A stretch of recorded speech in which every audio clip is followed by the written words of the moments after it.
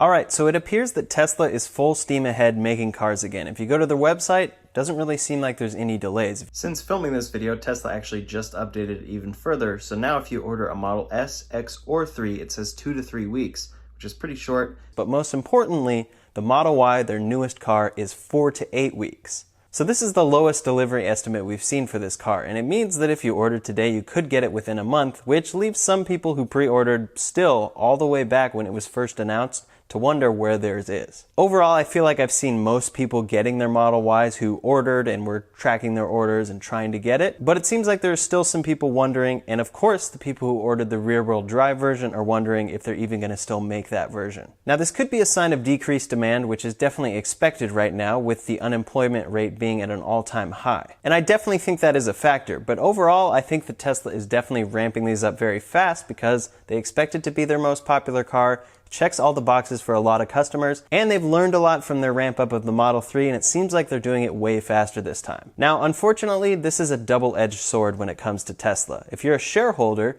it's great because it looks like Tesla is producing and delivering a lot of cars, which they are. But if you're a customer buying a Tesla, usually when they produce them pretty quickly, they come with issues. Bottom line, Tesla delivers cars with issues, and I'm pretty sure no one would argue that point. Their quality control just isn't the best, and their factory will sometimes mess stuff up, it won't get caught, and then it will get delivered to customers. But for most customers, the great features of a Tesla outweigh those quality control issues. Now, when the Model 3 first came out, there were tons of issues with paint, panel gaps especially, and all sorts of build quality issues that have gotten better since. But they do still exist even on the Model 3 and all of Tesla's lineup. Now, Tesla has learned a lot from that ramp up that they will be applying to the Model Y, but at the same time, there's been a pandemic going on, their factory has been actually shut down, they still need to answer to shareholders, and they're ramping up a brand new car right now. So the Model Y is being delivered with issues. My car came with some issues, and I've seen other customers having the same issues that I've had. This is just kind of how it is with Teslas, and their answer to this at this point is service appointments. They're covered under warranty and they're totally free, and that's something that I mentioned in my full review video, that there were a few issues that Tesla would be fixing for free. I've heard various reports about Tesla service, so here is my personal experience with them. I've actually had 2 service appointments for my Model Y so far. The first one was about a week after I got the car, and the second one happened about a week ago. I submitted for service within the Tesla app, and setting up the appointments was actually super easy, and they were super nice, everything was free, and they gave me a loaner Model S both times, which was kind of fun to drive around, even though for me, it's very big. So here were the issues with my car and how they ended up after Tesla service worked on them. The first issue was that there was paint missing on a couple spots on the car. I think it was 3 in total, 2 of them on the frunk that were pretty noticeable. I actually noticed it on the delivery day, so I reported that right away, and I wanted Tesla to take care of that for free. So to fix these issues, Tesla actually sent my car out to a contracted paint shop who I guess works on their cars. Overall, they did a good job and they filled in all those areas where the paint was missing, but when you looked at it under the lights, there were definitely a lot of signs of where they had fixed this paint and a lot of swirl marks. For the average person, the job they did would have been totally fine, but I had already planned to take it to a detail shop and they showed me just how bad it was. They showed me all these signs of where Tesla had tried to fix stuff at the factory and then where they tried to fix it at the service appointment. Again, for the average person, this paint job would have been fine, especially with them filling it up at the service appointment,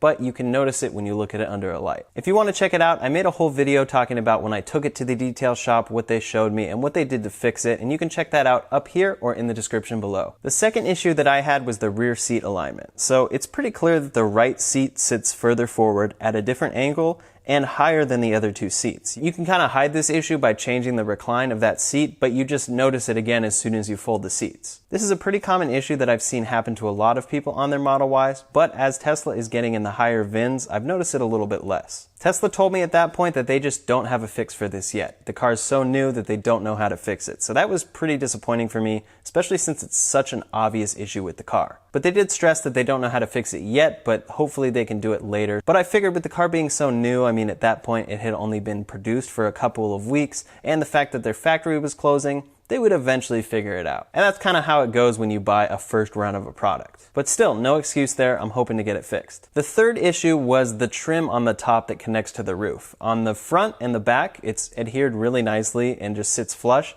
but on the sides it kind of hangs down a little bit and looks loose and a little bit cheap. So Tesla did try to fix that, and they said they worked on it, but it didn't really look that much better when I got the car. and I figure it's just one of those things that they'll figure out eventually. So that was the first service appointment. I guess it was successful. I mean, I could have probably gotten those paint fixes done at the detail shop, but Tesla did do it for free. Honestly, the worst part of that appointment was at that point I had only had the Model Y for about 7 days, and the appointment ended up being 10 days, so I had a loaner Model S for longer than I had even owned my Model Y. Now it's important to point out that it only took that long because of those paint issues and them sending it to a contracted shop. This appointment was 10 days, but my second appointment only took 1 day. So for the second appointment that happened last week, I again mentioned the rear seat alignment, hoping that they know how to fix it by now. And again, same issue. They said they do not have a fix for the rear seat alignment, which is, again, pretty frustrating. It also showed me how their service center works, because I've seen other people get that fixed, and I told them that, and they asked me to reach out to that person and get their VIN and see if they could look into their account and see what they did to fix it. I guess that's how it goes with so many service centers and a brand new car, but still, it seems like it's so similar to the Model 3.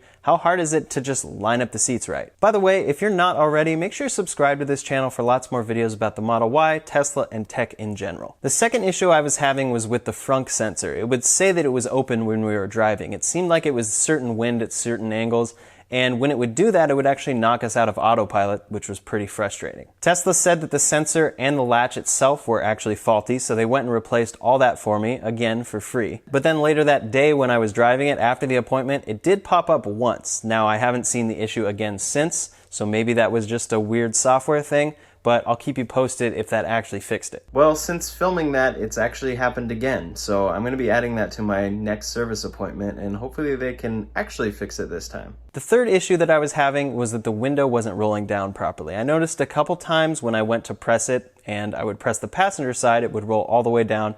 The driver's side wouldn't do the same. And with Tesla windows, the window has to roll down just a tad in order for the door to open and for it to clear the seal. Well, one time I went to open it, the window didn't roll down and it ripped through the seal. And I was trying to figure out what happened because it was kind of a crazy noise. Then I went to close the door, it still hadn't rolled down and I didn't realize it, and the window just smacked into the trim. It left this pretty rough gash there, which was really disappointing. And this was an issue that I saw over Twitter. I saw 3 or 4 other people having this same exact problem, and these are people who own other Teslas and know what's going on, and they said that this was an issue, so it wasn't just me because I didn't know the car. So Tesla replaced that whole trim for free because it is all one piece, but then if you look at the back, it's kind of a little displaced and kind of has this new gap. So yeah, I guess I'll mention that at my next service appointment. I really should have looked closer when I picked up the car, but I didn't notice at the time. The fourth issue that I was having with the Model Y were the headrests. Now, when they were up, I would hear them squeak anytime I hit a bump in the road. And when they were down, I could still hear that squeak kind of muffled through the headrest. Tesla fixed it. I'm not exactly sure how, but it's better. I haven't heard a squeak since my appointment. The fifth issue was a rattle between those rear seats, and it happens because they're not aligned properly. So I mentioned that and figured that they could probably fix the rear seat alignment and then fix that sound, but since they couldn't fix the rear seat alignment, they actually tried to fix the sound. Now, it's not super loud, but every time I hit a bump, it would just rattle a little bit, and for a car that's this expensive, I don't want to have that. So Tesla wasn't able to fix this, but they did say that they do have a solution. It just has to be shipped out from the factory. They said the kit to fix that issue should be coming in on June 8th, and I'll schedule another service appointment after then. It would be very frustrating to do another appointment, but I actually already need another one because my windshield needs replacing. A big rock hit it on the freeway and cracked it enough that it needs a full replacement. Not a reflection on the car at all, could have happened to any car. If you want to check out my video talking about that, you can click up here or in the description below. So sometime in the next week or so, I'm going to take it for another appointment. They're going to fix that rattle and replace my windshield. But the windshield is definitely not free. The sixth issue I'd had on my appointment was that the car kind of has this settling feeling when I go on any uneven surface, like if I'm going up a steep driveway or something and the car's off balance, it kind of has this like sound. Well, I actually kind of forgot about that issue, and I don't think they did anything because it's still there. Another issue I was having was the window rattling on the driver's side when I was driving. Again, it was anytime I hit a bump, I would kind of hear this little bit of clicking, like the window was unsticking from something, and it was getting on my nerves hearing that rattle and 2 rattles behind me. So Tesla readjusted the alignment of that window, and they said it was a little bit off, and now it's fixed, and I haven't noticed it at all, so that was a good fix there. The last issue for this appointment was that the driver's side headlight had this issue where if I pressed in on it, it would actually go in a little bit and kind of bounce back. I noticed it when I was washing the car, and it wasn't the same on the other side. Now, Tesla fixed this by removing the whole front bumper and adjusting the headlight and putting it all back in place, And then when they showed it to me, it kind of still did the same thing, but not as extreme. But then it just stuck. So it was better, and then the problem was still there, and then it actually ended up getting fixed when I pressed in on it, and I haven't noticed it since. Again, it's one of those things that doesn't really bother me, like it doesn't rattle when I drive, but it's just an issue that shouldn't be there. So about an hour after the appointment, I noticed that the trim wasn't actually aligned correctly at the driver's side, and this was an issue I hadn't had before. And I also noticed that there was some kind of stain in the back of the rear seat. I was in the process of dropping off groceries at my parents' house, and they were talking to me, and I was kind of messing with the trim because I noticed that issue, and my mom gave me that whole like, man, it's a lot of issues. And it's kind of frustrating because she's actually kind of right, but I can't take her in the car to show her why I still like it. And then the stain came right off with some interior spray, but I mean, still.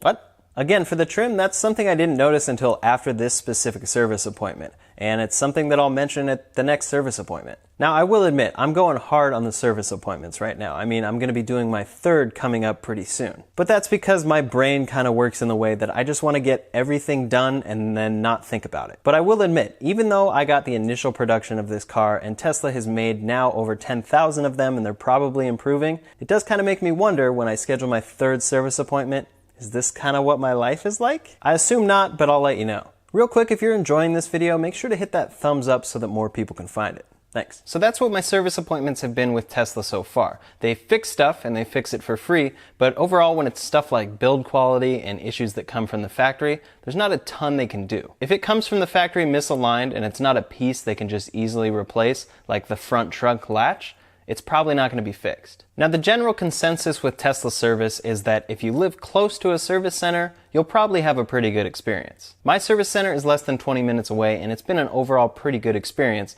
and I can imagine that if I bought this car in a year or so, they'd probably have fixed the issues in the first place, and then they'd know how to fix them after the fact. However, there are always exceptions, and I've seen plenty of people on Twitter who are Tesla owners. They own 2 or 3 Teslas, they love Tesla, but they're fed up with Tesla service and almost ready to give up. People have said Tesla service is impossible to deal with, and sometimes they submit an issue, Tesla looks at it and says it's not an issue. Now, I don't want to scare you away from Tesla. I still absolutely love this car, but I do want to be honest about what my full experience has been so far. So if you're planning to buy a Model Y or you're taking delivery soon, here is what I would recommend. First, if you're incredibly particular about panel gaps and fit and finish and all that stuff in a car, and the good of a Tesla won't outweigh that for you, I would recommend that you check out a Model Y in person. Then if it was good enough and you decide to order one, when it comes time for delivery, you can do an intense inspection. Make sure that it is acceptable. If it's not acceptable for you, then reject delivery. There's no harm in doing that from Tesla, and they do have a return policy even a couple days or a certain amount of miles after getting the car. If that's you and you end up rejecting delivery, I totally get it. Now for me, the good outweighs the bad in the car,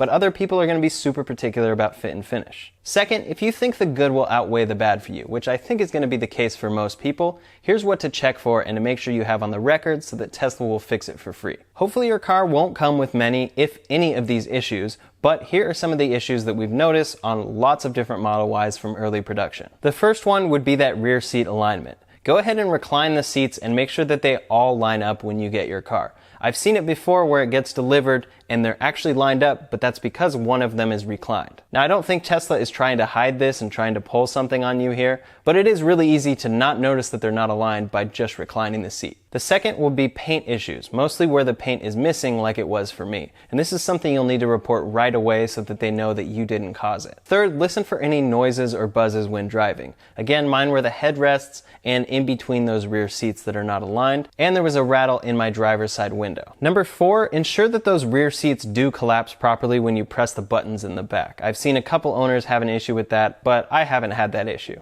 Number 5, make sure that the hatchback works properly. I've heard some people having it not open by itself super easily or have an issue and then not close all the way properly. But do look out for the issue of it not closing properly because the strap is in the way. I did have that problem, and you can just move the strap that is back there. Number 6, look for any scratches on the interior plastic of the car, in the trunk space or where your feet would go in the front seats. Number 7, look for any areas where the trim might not be totally attached like it wasn't for me. Now this could just be how it is, and it doesn't rattle, it doesn't buzz, it doesn't look like it's gonna fall, but it doesn't look like it's stuck totally properly on my car. But due to the pandemic, I haven't been able to actually compare mine to another Model Y and see if that's commonplace. And number 8, make sure all the windows are working properly. I kind of didn't think about the issue when my window just wouldn't roll down all the way with one click of the button, but then it ended up causing that bigger issue when it didn't roll down when I opened the door, which ended up in the gash and all of that stuff. So just make sure that they are functioning properly, because it's really important that they do, since they have to move in order to clear the seal and open the door. Again, I don't want to scare you away from getting a Tesla. If you've seen my full review, you know how much I absolutely love this car. I think Tesla is leading us into the future and totally ahead of the game with their technology, but they are definitely behind other car manufacturers when it comes to fit and finish. So for right now, it's a balance of getting all those features that you want, like autopilot, but also possibly putting up with certain issues that I mentioned earlier. My experience with Tesla service so far has been good. It's been easy to book appointments, they've been super nice, but they haven't always been able to fix everything. The biggest thing I don't understand how they don't know how to fix is that rear seat alignment, and I'm gonna stay on them until they fix that. So I'll keep you posted. I actually talked to someone who got it fixed at a different service appointment, so I'm hoping Tesla can learn from that service center if that's how that works. I'll keep you posted on that, so make sure you subscribe to this channel for lots more videos about Model Y, Tesla, and tech in general. Make sure to like this video if you appreciated it. Thanks so much for watching, and I'll see you on the next one.